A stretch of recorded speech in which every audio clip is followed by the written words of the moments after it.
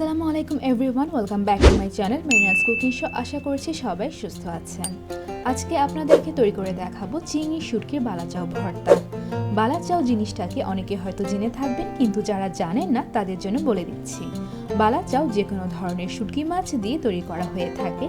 শুটকি মাছ ছাড়াও বালাচাওতে থাকে বিভিন্ন ধরনের মশলা এবং সাধারণত রসুন এবং পেঁয়াজ ভাজা থাকে। আজকে আপনাদেরকে আমি যে বালাচাও ভর্তাটা তৈরি করে দেখাবো সেটা হচ্ছে চিংড়ি শুটকির বালাচাও। তাহলে চলুন দেরি না করে আজকে সিম্পল বালাচাও ভর্তার রেসিপিটি দেখে আসা যাক।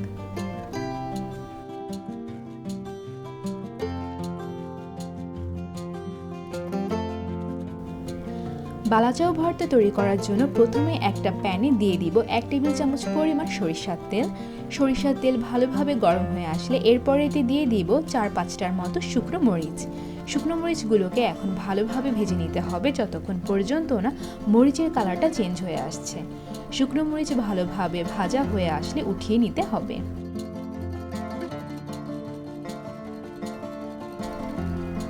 বালাচাওতে যেহেতু অলরেডি পেঁয়াজ এবং রসুন ভাজা অ্যাড করাই থাকে, যার কারণে আমি আলাদা করে পেঁয়াজ এবং রসুন ভাজা অ্যাড করছি না।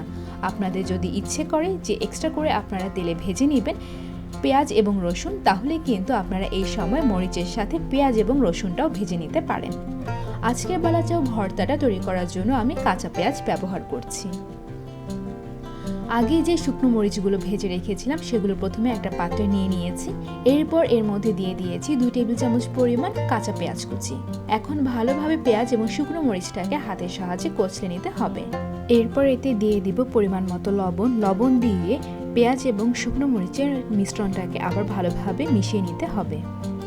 মরিচ এবং পেঁয়াজটা ভালোভাবে কচলে নেওয়া হয়ে গেলে এরপরে এতে অ্যাড করে দিব রেডিমেড চিংড়ি শুটকির বালাচাও।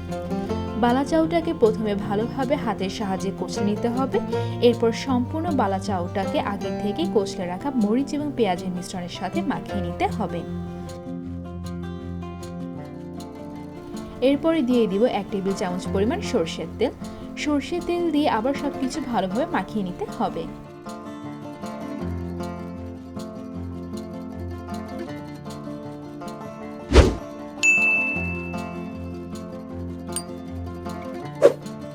সবশেষে দিয়ে দিব পরিমাণ মতো ধনেপাতা কুচি। ধনেপাতা কুচি দিয়ে শেষবারের মতো সবকিছু ভালোভাবে মাখিয়ে নিতে হবে।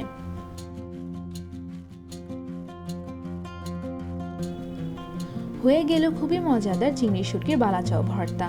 গরম গরম ধোয়া ওঠা ভাতের সাথে এই বালাচাও ভর্তাটা যদি থাকে তাহলে 1 প্লেট ভাত কিন্তু অনায়াসে খেয়ে ফেলা যায়।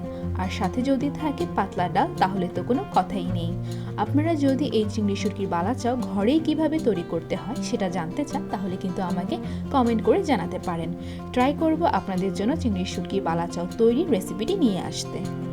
আশা করছি আজকের রেসিপিটি আপনাদের ভালো লেগেছে। আর আমার এই রেসিপিটি যদি আপনাদের ভালো লেগে থাকে তাহলে বাসায় অবশ্যই ট্রাই করবেন। আর যদি আমার এই রেসিপিটি আপনার বাসায় ট্রাই করে থাকেন তাহলে আমাকে পিকচার পাঠাতে কিন্তু একদম ভুলবেন না। ডেসক্রিপশন বক্সে আমার পেজ এবং গ্রুপে লিংক দেওয়া আছে।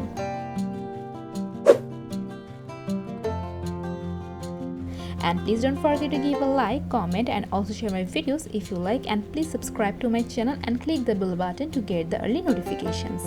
Thank you for watching.